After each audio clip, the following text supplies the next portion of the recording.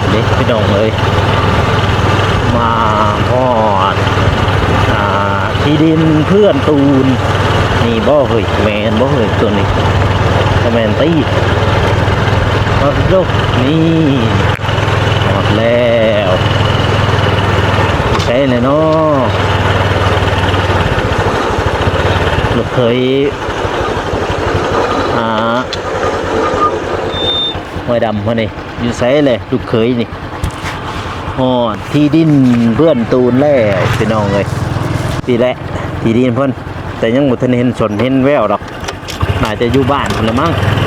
จะไปหาเพิ่นก่อนบ้าน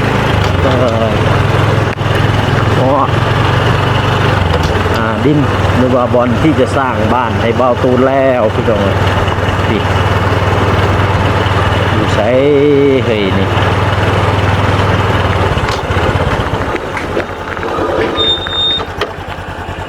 ตูนเลย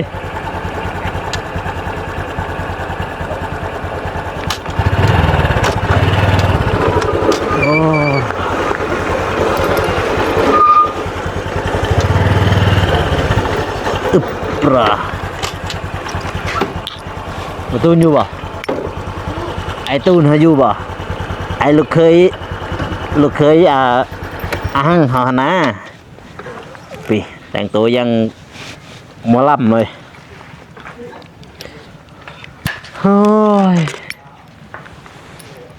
บัดนี่พี่น้องเอ้ยมาบัวเสาบัวสวย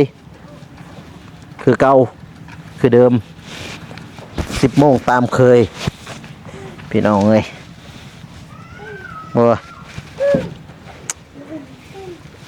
มาหอดบ้านบ่าวตูนแล้วพี่น้องเอ้ยเนาะ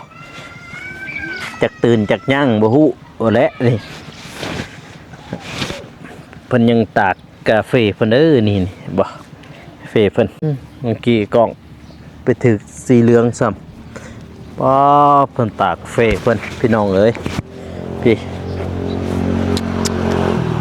โอ้กาแฟ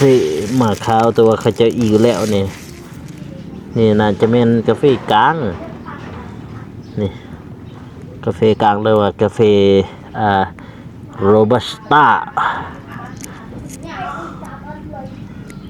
มี2 ชนิด3 ชนิดแต่ว่าหลายคนเพิ่นอยู่เฉพาะอยู่ในลาวนี่มีหลายชนิดพี่น้องเลยแต่ว่าหลักๆเนี่ยเขาจะเอิ้นมาง่ายๆก็คือหลักๆกาแฟนี่มีรวมแล้วมีอยู่2 ชนิดแต่ว่าเขาจะแยกออกนะแยกออกที่สายพันธุ์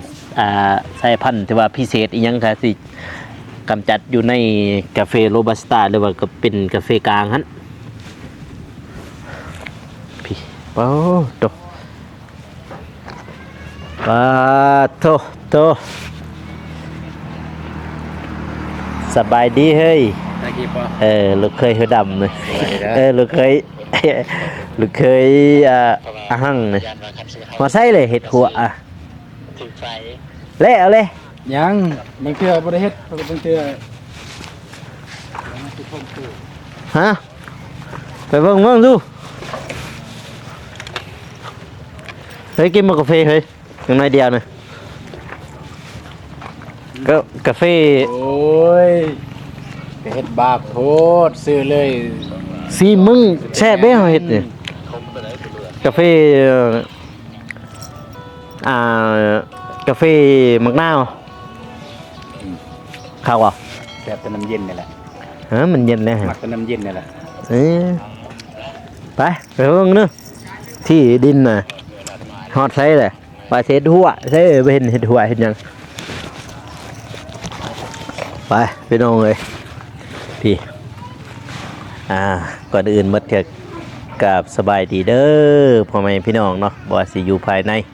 หรือว่าต่างประเทศก็ยินดีต้อนรับเข้าสู่ช่องเบากูสนบทสปปลาวพี่น้องเลยมาบัดนี้มาหาพระเอกเฮาทั้งลูกเคยหั่ง เอ้ยโอ้กาแฟเพิ่นนี่บ่ไปเลยนี่ตั้งแต่มือเขาเก็บมามันตุ้นเฮ้ยเพราะงั้นตั้งแต่มือนั่นพ้นบ่นี่เฮ้ยเนาะปลาตุ้นนี่ก็ได้บ่มีไผเก็บบ่เฮ้ยฮะหูดเลยเด้อเฮ้ยเฮ้ยบาดนี่พี่น้องเลยมาเบิ่งที่เพิ่นนี่แหละว่าฮอดได้เดียวเขาเฮ็ดจะสร้างบ้านให้เพื่อนตูนว่าฮอดไสแล้วเขาเจ้าเฮ็ดนั่นน่ะ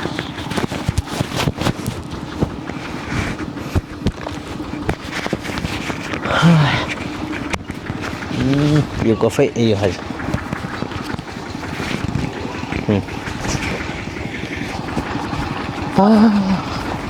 อยู่กาแฟอยู่หั่น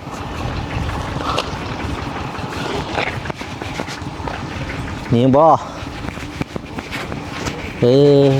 เถอะบัดนี้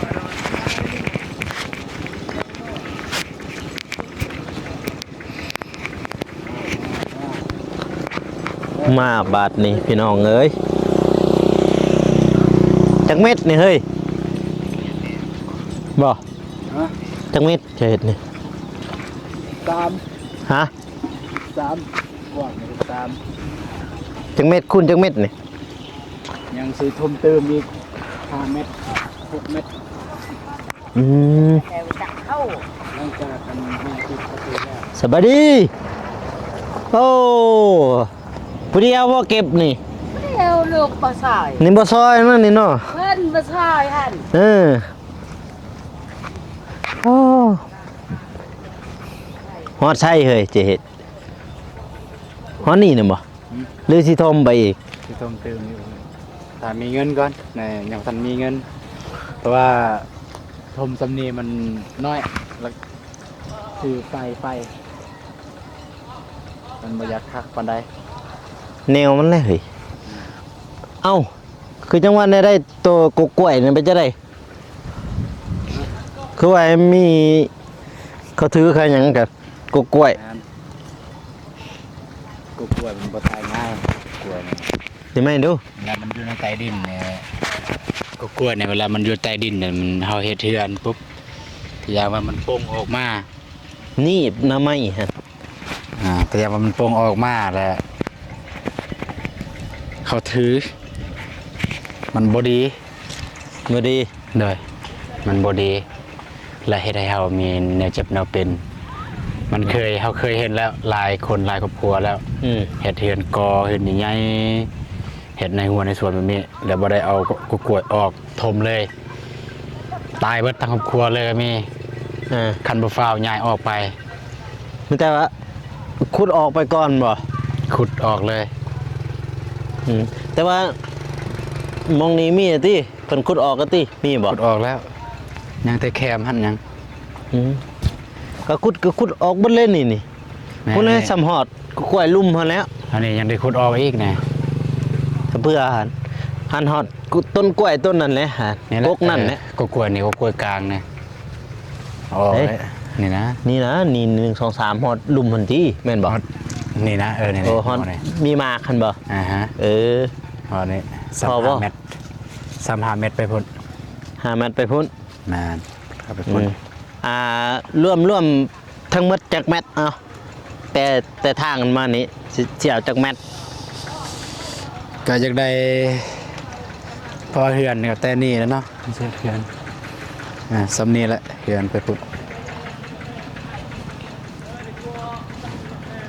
15-16 เมตรนั่นแหละ สิบุกกลัวบ่ 15-16 17นี่แหละเราจะพุ่นไปพุ่น เอาคืออย่างเสือกพางเลย ย่างเสือกฟางเพราะว่าให้เพิ่นทมตามเสือกฟางเลยนะบ้านนี้ อ๋อแต่ว่ากกเพนี่เพิ่นควัดไปเลยบ่ตัดบ่สูงเติบเลยเพิ่นถมนี่เนาะจักรถแล้วนี่ สาว เช้า แม่น ว้าวโธ่เช้าคันเด้อบ่นี่ จำนวน20คันแต่มันน้อยๆเด้มันก็ทางอื่นนี่เห็นอยู่เขาถมน้อยเดียวจากรถ10รถน้อยเดียวได้10รถ เดี๋ยวคุณ นี่ ม เช่ารถเลย อันนี้เช่าแล้ว อู้รถเท่าไรเฮ้ย 600,000 600,000 แม่น ประมาณเฮือนเฮ็ดจังแม่นให้จังแม่นคุณจังแม่นกะว่า เอาเฉพาะแต่เฮือนใหญ่เลยประมาณ8 คูณ 9 8 คูณ 9 แม่น แต่ว่ามือได้อีกสนาคาสีมาทมแมลงนี่บ่ บ่ได้ดอกมันแรงบ่มีเงิน ฮะ บ่มีเงิน บ่มีเงิน แม่น เก็บกาแฟขายเอ้ย ก็ไปแต่รอทานั่นแหละเบิ่งแม่ขอเงินแม่มาทมนั่นแหละ เก็บกาแฟเลยเฮ้ยนี่กาแฟนี่สอนเด้ข่อยเห็นแล้วข่อยสะออนแทนนี่ข่อยสะออนแทนอยากฮูดแล้วนี่ฮูดแล้วจุนี่ซ้ำนี่สิบ่ได้บ่สาวสิบ่ได้บ่100ต้นนี่ตัดนี่ได้บ่กะ บ่ฮอดดอ บ่ฮอดบ่ ก100 ต้นฮอด โอ้มันห่างมาแบบนี้เนาะ มันบ่งามอยู่ในกาแฟมันบ่งามมันห่าง แต่ซ้ำนี้ฮอดอันนี้เนาะ งาม ใส่ฮอนนี้ งาม ต้นกล้วยนี่คือบ่จำมันเลยเฮ้ยเส้นทางเขาว่าทางมันไปพุ่น อันนั้นจงทางให้พ่อเฒ่า เพราะว่าดินเพิ่นอยู่พุ่นทางหลังแล้วบ่มีทางเข้า เขาก็เลยจงทางให้เพิ่นดินเฮานี่แหละ ดินไอ้น้องของบนตูนเองแหละแบ่งให้เพิ่นนะแบ่งให้เพิ่นเส้นทางเพราะว่าเพิ่นบ่มีทางเข้าเขาก็เลยให้ เพิ่นบ่มีทางเข้าไปพุ่น แม่น ก็เลยจงให้เพิ่นซ้ำรถไถเนาะ แม่น ซ้ำรถไถพี่น้องเอ้ยแต่ว่าบ่ได้เฮ็ดทั่วแล้วทมิดว่าสิเฮ็ดทั่วอีใส่ทมิดแต่ว่าสิเฮ็ดทั่วอันน่ะสิล้อมหัวมองใด นี่แหละ โอ้ รวมตัดไปให้งัวมันเข้า บ่ให้มันไปตำกาแฟนะกาแฟยังแต่ว่ายังสิทาเบิ่งก่อนบ่มื้ออื่นกับมื้อฮื้อนี่แหละเฮ็ดแล้วว่าคันทันมื้อนี้ก็สิเฮ็ดเพื่อมื้อนี้เอาซันตั้งไว้ก่อนนะตับ ตั้งหยัง ตะนาง โอ้ จำตั้งตะนางไว้ซื่อ เอาลักแล้วมาสักลงแล้วก็ตะนาง แต่ว่าเนาะตะนางเนาะจะกู้ว่ามันน่ะกู้เนาะ กูแล้วแต่ว่ายังถูกทับอยู่นิดนึง พี่น้องเอ้ยยัง ประมาณซ้ำนี้นี่แหละบ่าวกูเอ้ย สำนี้ ถ้าบ่มีผู้ใหญ่เพิ่นซอยก็บ่ได้ท่มดอก นี่ผู้ใหญ่เพิ่นซอยนี่ให้มาทมก่อน ผู้ใหญ่เพิ่นซอยก็ให้เกี่ยวกับเพื่อนนี่แหละเพิ่นก็โอนมาเกินว่าเพิ่นซอยเฮาก็เพิ่นบ่ได้กำหนดว่าเจ้าต้องซื้ออันนี้ซื้ออันนั้นเด้อขอแต่เฮ็ดเกี่ยวกับเพื่อนนั่นแหละว่าเพิ่นก็เลยเอาดินมาก่อน แต่ว่า20คันเลย 20คัน โอ้โถ คันมีเงินก็ยังสิท่วมอีก30คัน ทมซ้ำหลังมัน ซ้ำพุ่นแหละประมาณท่วมเติมกลายไปพุ่นซ้ำพุ่น เพราะว่ามันต่ำเนาะดินมันต่ำเนาะอยู่นี่เนาะ แม่นคันบ่ท่วมเนี่ยอยู่นี่น้ำมันอั้งแต่ว่าน้ำท่วมบ่ได้ท่วมเพราะว่าเขตเฮาบ่มีน้ำท่วม แต่มันอั้งอยู่ในนี่เนาะ น้ำอั้งหนึ่งเนี่ยมันอั้งซองเนี่ยหลักๆก็คือหน้าทางมันสูงกว่าดินเฮือนมันก็ แม่นมันก็บ่ บ่อยากงามปานใด มันบ่คือเด้อเฮ้ย เฮาก็เลยอยาก ทมให้เสมอเนาะ แม่นคันบ่เสมอก็สูงจักหน้อยก็จังซี่แหละสูงจักหน้อยเวลาฝนตกยังมากก็น้ำมันจะไหลไปพุ่นจะบ่อั้งใส่นี้ แม่นฮะนี่ก็นี่ผู้นี้ยับมานี่เนาะ เสียเทือนก็ตั้งแต่นี้ประมาณแต่นี้ไปพุ่นเดี๋ยวอันนี้ก็เดินไปพุ่นหน้าทางเลย เดินหน้าบ้านเนาะ เดินหน้าบ้าน สิเฮ็ดให้เฮือนโมเดิร์นแล้วก็มีหาดนำบ่เลยนั่น แม่นสไตล์แบบนั้นแหละสไตล์เฮือนห่านนะมักสไตล์เฮือนห่านแบบสบาย แบบ อืม บ่ต้อง วางแผนแล้วเนาะเอ้ยพี่น้องเอ้ยเดี๋ยวได้ใจนำได้อเฮ้ยสิได้เฮือนนะเฮ้ย ยังแบบเพื่อนเบาโกหั่นแหละโอ้ยเฮือนคอยบ่ไปดอก แบบเพื่อนเบาโก บ่ไปบ่ จัก มา แมทเทือนเบาโก จักดิก็จื้อคือกันแหละ ประมาณประมาณ7คูณ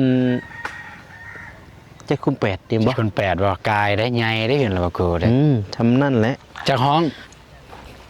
ห้องกับห้องบ่ใหญ่นะ3ห้อง 3ห้องว่ะ อืม อันนี้ประตูมาจากใด2ห้อง 2ห้องเฮ็ดเพื่อได้เพื่อเพราะว่าเขา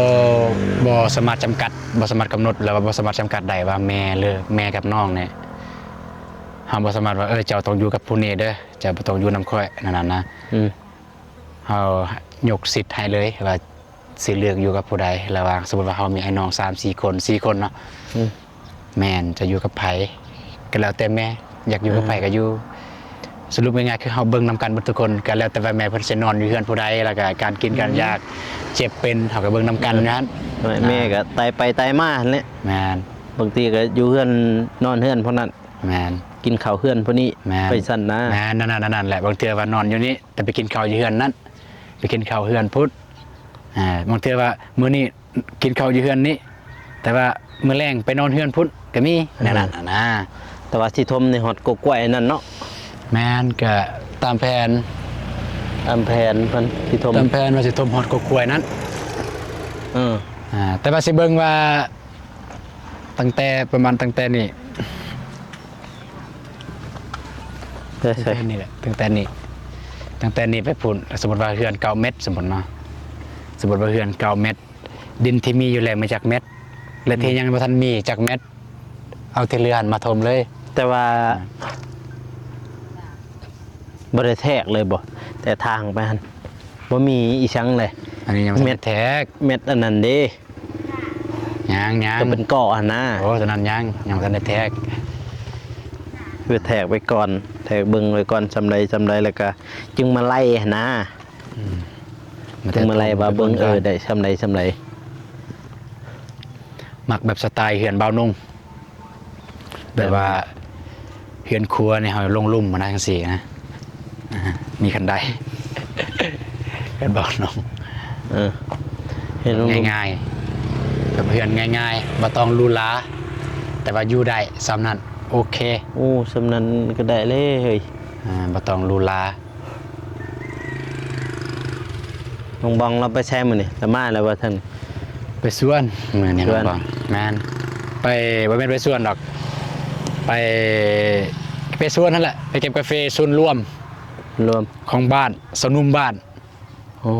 เอ้าอันนั้นน้องอภรก็ไปทางนั้นได้เห็นสนุมเขาไปเก็บซอยแล้วบ่ แม่นบ่น่าจะแม่นแต่ว่าจุต่างที่น้องบองจุ3น้องพรจุ1 อ๋อ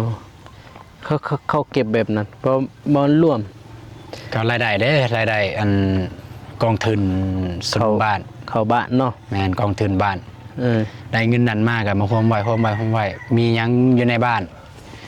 ทางสนุนบ้านก็เอาเงินจำนวนนั้นประกอบส่วนแต่อย่างว่ามีสมมุติซะอยู่เฮือนน้องบองมีคนตายคนตายแล้วคนเสีย มันมีเงินตัวนั้นจกใส่ ข้อมูลกันเนาะแต่ว่าเริ่มมือทำอิฐมือวานมาซื่นบ่เฮ็ดมือทำอิฐเริ่มเลย มื้อซื่นเมื่อวานมื้อซื่นนี่แหละ แต่ว่าเพิ่นเอาดินมาถมแล้วพี่น้องเอ้ยถมเริ่ม นี่ก็บางเทื่อว่าถ่ายเดือนสิมาทมอีกเราถ่าเบิ่งเงิน YouTube ก็ได้บ่ล่ะ โอ้ คือบ่กูโหดแหละยูทูบเบอร์นี่ฮู้นะว่าได้สิเบิ่งว่ามันพออยู่บ่สมมาทมมันนี่ เหลือเฟือเลยเฮ้ยเอ้ย ถ่ายเดือน ค่อยเป็นค่อยไปแล้วเฮาก็ แม่นค่อยเป็นค่อยไปซื้อแนวละแอนแนวละอย่าง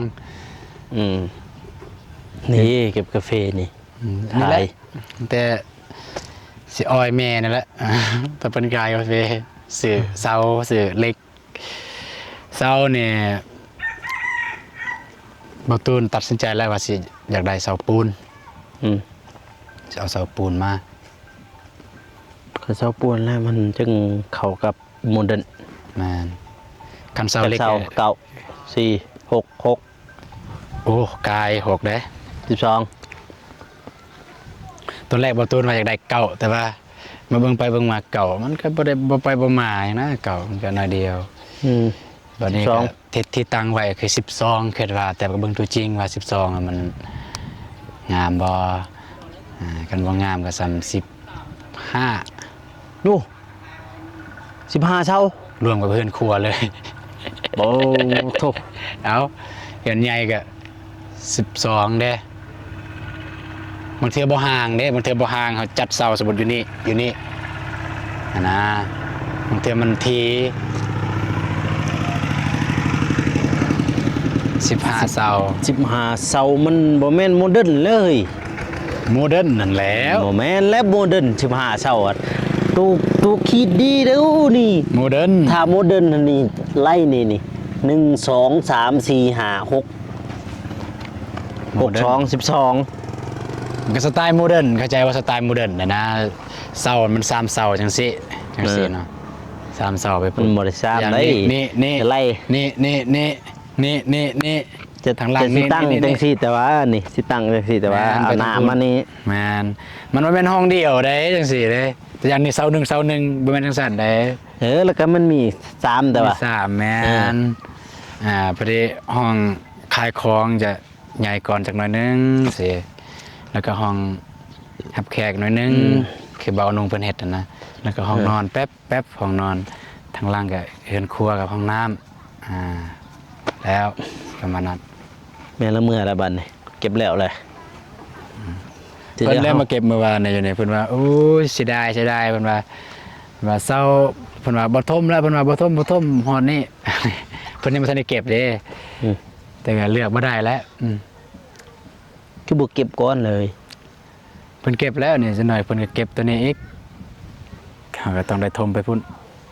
ที่เก็บซอยไป เก็บจากกก2กกนี่นะนี่สะอ่อนเลยเฮาข่อยเห็นข่อยสะอ่อนบ่ยัง แม่นบ่ ข่อยอยากเก็บนี่นะข่อยนี่ ฮะ ข่อยอยากเก็บนี่ข่อยเห็นข่อยว่าสะอ่อนบ่ยังดอกนี่สะอ่อนนี่โอ้จังซี่นี่จัดใช่แล้วก็กระตาแล้วข่อยเห็นนี่มานี่โอ้ยบ่าวตูนนี่บ่ผ้าเฮ็ดเจ้าผ้าเฮ็ดเองนะเฮ้ยโตสิไปไสหั่น ฮะ สิไปไสตัวหน่อย ไป เจ้าหั่นนะ บ่ได้ไปไส มานี่นะเฮ้ย บ่มีเงินคือถ้ามีเงินจึงค่อยว่า นี่นะมาเก็บกาแฟเนี่ยนั่น จะสิเอาเบอร์ไว้มา ก็อยากจริงๆก็อยากทำตื้อมันจะประมาณ นี่ 5 หรือ 6 เมตรไปทางหน้านะไปพุ่นมาพี่มาสำนี้ มาเฮ้ยมาเก็บกาแฟนี่มาปื๊ดเด้อ บ่เก็บก็ได้ สะอ่อนนะเฮ้ยแบบจะเก็บหั่นนะมาทายเฮามาเดี๋ยวเฮาสิเก็บเองมา มาซั่น เฮ้ยคือโจรบ่เฮ้ย รอแล้ว รอบ่ รอแล้ว สิเจาะนี่บ่ยังสะอ่อนให้เห็นแล้วจะเก็บหั่นนะมาพี่น้องเอ้ยมื้อวานนี่ก็ตากแดดคือกันนะเมื่อวานนี่มุงหลังคา ดีแล้ว น้องก็ ซั่น เลย มื้อนี้ได้เบาโกมาเก็บกาแฟซอยพี่น้องเอ้ย เมื่อวานเนี่ยมุ่งหลังคาบ่ได้ใส่เสื้อแขนยาวสำบ่มีหมวกมื้อนี้ก็เอาจังซี่เลยเด้อพี่น้องเด้อนี่แบบแวมไฟร์เลยนักห้องหน่อยสะอ่อนนี่เก็บมาจังซี่โอ้ยโลเท่าใดแล้วว่ามื้อนี้นี่ จังหวะเด้อบ่ตามสาวติ ซ้ำเช้าพายนี่แหละเสาสองนี่แหละประมาณนั้นนี่กุกล้วยคือว่าเอาออกอยู่กุกล้วยกินได้แต่ว่าหรือกล้วยอันนี้ ได้กล้วยกินได้ตัวหมูเนี่ยบ่โกว่าสิไปเอาเนี่ยตายเบิดแล้ว เบิดเลย นาน อายา เพราะว่าตัวแม่มันตายเลยโอ้เสียดายอุตส่าห์เลี้ยงมากับมือ เบิดเลยบัดนี้ เบิดเลย อี เก่าโต เสียดายก็คือเก่าแล้วเพราะว่ามันยัง มัน กิน ยัง น กิ ม นน อยู่ มเลย เออ มันยังกินนมแม่อยู่ มันยังกินนมเฮาก็สิเอามาก็เสียจังได้เป็นเพราะมันน้อยๆถ้าว่ามันซ้ำบีแข็งกันเนี่ยซ้ำอันนั้นก็ยังบ่ใครแน่นี่ยังน้อยๆอยู่ยังกินนมอยู่โอ้ยเสียดายมีบ่หานเฮ้ยอยากได้ลูกหานนะเดี๋ยวนี้ ลูกหาน หาน บ่ อยากเลี้ยงหานนะ บ่ตูนเลี้ยงไก่เดี๋ยวนี้ แม่นบ่ ไปหาซื้อไก่เทอละโตเทอละโตมาอยู่นำกันมันตีกัน2 โตสิตายแล้วตีกัน มักเลี้ยงไก่ตีบ่ ไก่ตีไก่ลาด ไก่ตีไก่ตอบ่ ไก่ตอแต่ว่านี่มักเลี้ยงแบบว่าไก่ตัวผู้มัก ไก่ ตัว ตี ผู้ นี่แหละ ไก่ลาดกับตัวผู้แบบบ่มักตัวน้อยเด้มักตัวใหญ่มาเลย บอกไก่ตีแล้วก็แล้วไปไก่ตีแล้วก็แล้วเพราะว่าส่วนหลายไก่ตีแล้วเขาจะเลี้ยง บอกไก่ลาดของข่อย แม่นบ่ อืม คือบ่เลี้ยงไก่ตีเฮ้ย ไก่ตีเฮาบ่มักตีนะ บ่แม่นว่าสิเอาไปตีก็เลี้ยง เลี้ยงผมงามบ่ เลี้ยงให้เจ้าสะอ่อนหั่น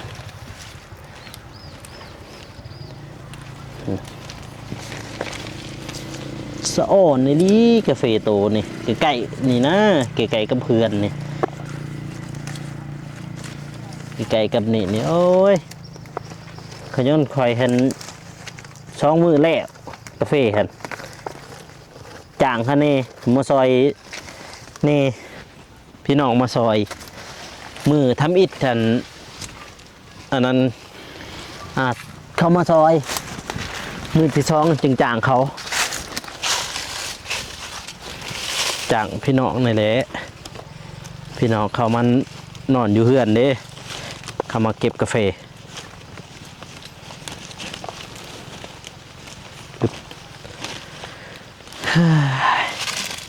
เมื่อแรงบอกคาลัมบะคือว่าคาลัมบะ แม่นมื้อแรงประมาณ 1-2 โมง เห็ดยังไม่ได้บ่ นาน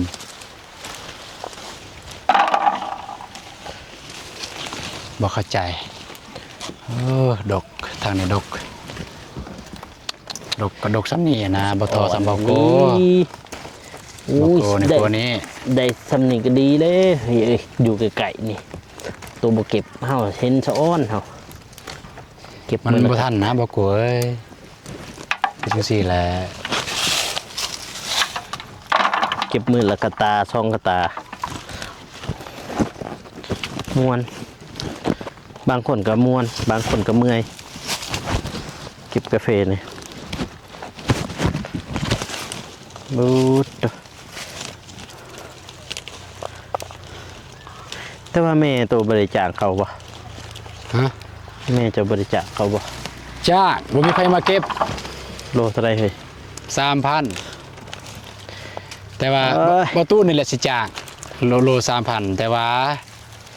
อ่า จางเบากูติ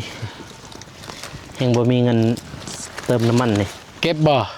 เก็บนะ โอเคจังน้อยเดี๋ยวบ่ตูนสิทายแล้วก็เป็นหลักฐานพี่น้องเอ้ย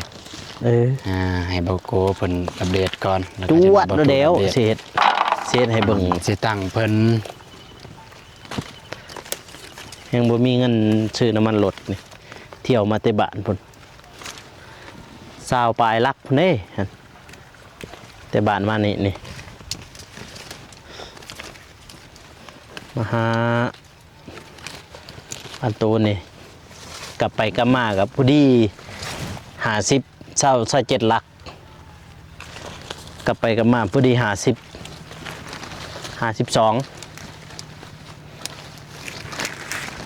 มีเงินเติมน้ำมันเนี่ยเที่ยวไปจังสินี่โอ้โหมันจ้าซะเหลือเกินนี่ได้แล้ว5 โลนี่2 โล 3 โลนี่ก็ย้อนมือนั่นเก็บตัวอยู่ถึงก็ยังได้ 6 โลพุ่นไปเก็บกับน้องค่อยเวโตมันบ่สูงอ่ะนะเก็บง่ายนี่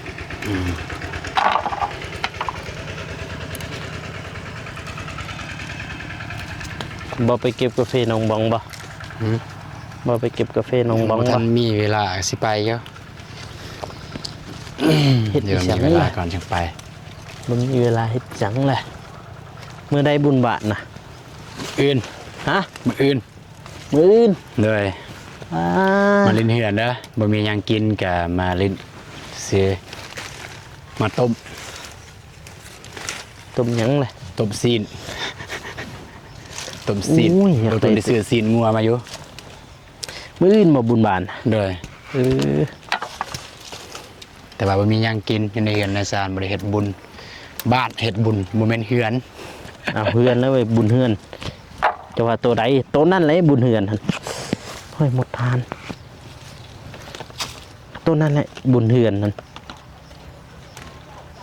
บุญบ้านบุญเฮือนอันเดียวกันนั่นแหละบ้านมันก็อยู่ในเฮือน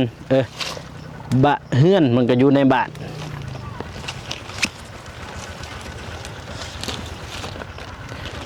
เฮาเนี่ยแต่งตัวมาเก็บกาแฟโดยเฉพาะเลยนี่ แม่นบ่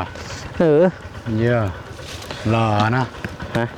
แต่งตัวมารอแท้ ว่าสิไปเก็บกาแฟน้องอภรเพิ่น อ๋อสิไปบ่จังหน่อย ไปนะจะหน่อยนี่ เก็บอยู่นี่แล้วก็ไปเลย เขาไปบ้านนั่นนะก่อนน้องก็เดินก่อน ไปบ้านน้องก็เด้อก่อนว่า จักเบานุ่งละมาแล้วบ่ บ่ได้แท้ก็ไปตอนนี้เลย ออกมาแต่หันจึงเฮ้ยถึงแล้วไปบ้านน้องก็เด้อก่อนเพราะว่าเข้าไปตอนแรกเพื่อได้คนสวยน้องอมพรเพิ่นเด้ แม่น คนกาแฟซอย เพิ่น เพิ่น เพิ่นบอกอยู่แซดมาใส่อยู่คุยกันอยู่ สิถามแท้ๆได้บ่โก ฮะ มักบ่น้องพร ฮะ มักบ่น้องพร โอ้ยเนาะ หือ ถามเฮานี่บ่ เด้อ ถามเฮาถามเขาก่อนดี บ่สิถามบ่โกก่อน ถามว่าโกบ่ เด้อ คันว่าน้องเขามักเฮาก็มักยันแต่น้องเขาเละเบิ่งที่เฮาบ่มีหยังเด้ตรงๆเฮาบ่มีหยังเพราะว่าเฮือนซ่านมันก็เฮือนซ่านเฮาก็บ่ได้แล้วคือเฮาเอาเละเฮือนซ่านก็คือเก่าคันว่าเฮือนหั่นแล้วหั่นสิว่าหาอยู่เมียหั่นภรรยา 30แล้ว ฮะ 30แล้ว ถ่ายประโลดหน้าเฮ้ยตัวสิไปใส่ต่อ หึ สิไปใส่ต่อ บ่ได้ไปไสก็ ก็มาเฮาก็สิเข้าไปบ้านน้องก็เดินแล้วก็ไปกอเมื่อวานเด้ คือเก่าแล้วบ่ตูนบ่ได้เข้าไปแล้วมื้อนี้เดี๋ยวน้องก็เลยแต่ฝากทีมงานและเฮ็ดสารต่อให้มันแล้ว จากน้องละมาแล้วบ่ได้เนาะสถานอะไรยังบ่ทันตอบอยู่ บ่แม่นไปโบกบ่มื้อนี้แล้วว่าเท บ่ไปกอข้างมัน หึ ทางข้าง อ๋อกอข้างตัวมันยังบ่ทันได้ติดอันหลังคาหั่น แม่นหลังคาติดแล้วแต่ว่าแม่นแหละตัวว่าบ่ทันติดใหม่หั่นทันได้ติดใหม่เก็บให้มันได้น้อยหนึงก็ดีเด้อนี่ เด้อบ่แม่นอื่นดอกฮอดมุงยามพักผ่อนเลยเด้ โอ้ยบ่ว่าดอกเฮ้ยยามพักผ่อนก็ได้เฮามาช่วยก็บ่ได้ว่าได้เรื่องนะ มาช่วยก็เฮ็ดมัน คือเบาโกก็เมื่อวานเมื่อซื่นก็บ่ได้ไปกันย่ามมันนั่นแหละ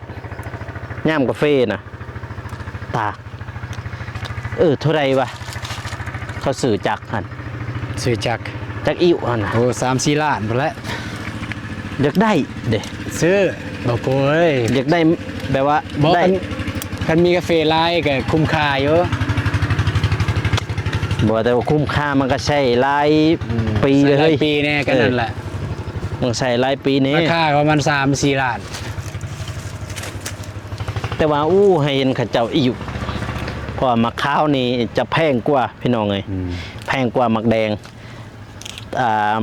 มากแดงนี่ก็คือใส่เวลาบ่หลายปานใดเนาะ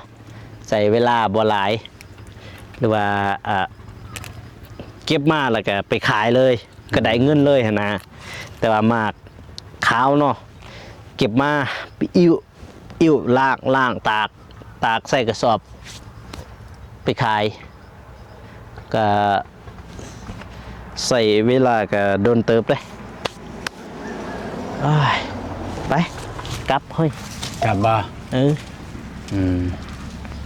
ที่เหลือให้โตเก็บต่อไปมาทางนี้จะเชื่อเฮาบ่ได้แล้วจากโลนี่เอา 10,000 วัวโต10,000โล3,000เนาะกินเต็มว่าโกกินเต็ม สิกลับแล้ว ฮะ ว่าสิจ้างเบาโกเก็บนี่นะสิกลับเป็นหยัง ว่าสิไปบ้านน้องกระเดย จักหน้อยก่อนให้ไปอัปเดตจะหน่อยว่า เซียวมายามแต่ว่าเซียวบ่ได้อัปเดตก็มันก็โพดอีก ฮะ ให้พ่อแม่พี่น้องเพิ่นได้เบิ่งทางซองบ่ตูนแน่ว่าบ่โกได้มาเยี่ยมมายามเพื่อนว่าซั่น อันนั้นบ่ แม่นก็ดีคือกัน เลย โอ้ยพี่น้องเอ้ยมาเด้อเก็บเด้อสะออนดิข่อยสะออนแต่มันดกนี่แหละสอนกาแฟเบาตูนนี่มันอีกอย่างมันบ่เป็นหยังมันอยู่ใกล้บ้านข่อยมักใกล้บ้านแล้วก็เฮาก็เก็บเทอละเล็กเทอละน้อยหั่นนะ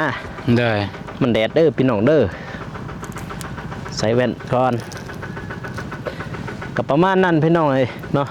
ถ้าว่าเบาตูนเพิ่นถ่ายก็ถ้าเบิ่งทั้งสองเล่าพี่น้องเอ้ย เลย นี่ได้แล้วนี่ซีโร่ ขอบคุณขอบคุณหลาย เสื้อ ๆ บ่ โกคนบ่รอ เสื้อบ่นี่ซีโร่ฮาโลนี่แหละ ไม่ฮอดแล้ว4โลแล้วนี่โอ้4โลคักนี่ ซีโร่ เด้อ4โล กินเต็มมานี่พี่น้องเลยที่เลิกก็ให้เบาตูนเพิ่นอัปเดตนะพี่น้องเนาะ ก็เฮือนซ่านเพิ่นก็เริ่มแล้วที่ดินเพิ่นก็เริ่มแล้วเริ่มสิสร้างบ้านนั่นแหละพี่น้องเนาะทางเพิ่นก็ดีอกดีใจนำทางเบาตูนพี่น้องแต่ก็เริ่มให้เห็นแล้วค่อยเป็นค่อยไปนั่นแหละพี่น้องเนาะเพราะว่าเพิ่นยังถมดินต่อไปก็แม่นว่าปรับหน้าดินแล้วก็จึงสื่อเสามาตั้งเอาได้บัดนี้เก็บยุกเข็มย่อได้พี่น้องเอ้ยโอ้ยขันเลยมาบัดนี้โทษแวมไฟจะเอ๋ใส่แว่นตาเด้อบ่ยังพี่น้องมันแดดอันว่าสิปดก็ได้อยู่ดอก แต่ว่าเลื่อมตานั่นก็เลยได้ปดทางเบาโกก็สิได้จบคลิปเด้อพ่อแม่พี่น้องเนาะก็อย่าลืมฝากกดไลค์กดติดตามเนาะเพื่อเป็นกำลังใจให้เบาโกเฮ็ดคลิปต่อไปเนาะพี่น้องเนาะก็สิได้ให้พ่อแม่พี่น้องเพิ่นได้เบิ่งเรื่องสร้างบ้านเบาตูนพี่น้องก็มีอันใดที่เฮาซอยได้ก็จะซอยเต็มที่คือกันพี่น้องเนาะบ่ว่าทั้งไผก็สิซอยทั้งน้องก็เดยแล้วก็น้องอภรณ์แล้วก็ทั้งเบาตูนแล้วก็ส่วนตัวเบาโกเองทั้งพ่อแม่และก็ซอยคือกันเนาะพี่น้องเนาะบัดนี้ก็ขออวยพรให้ผู้ใหญ่ทุกท่านเนาะจงมีแต่ความสุขความเจริญปรารถนาสิ่งใดก็ขอให้ได้สิ่งนั้นให้ลำรวยๆเฮงๆปังๆตลอดชาติตลอดปีเด้อพ่อแม่พี่น้องเนาะบัดนี้บ่าวโกก็สิได้จบคลิปอย่าลืมฝากกดไลค์กดติดตามเพื่อเป็นกำลังใจให้บ่าวโกเฮ็ดคลิปต่อไปเด้อพ่อแม่พี่น้องนะสำหรับคลิปนี้ขอกล่าวคำว่าสบายดีพี่น้องแล้วเจอกัน EP หน้าเนาะบ๊ายบายนะเฮ้ยอย่าเศร้าเด้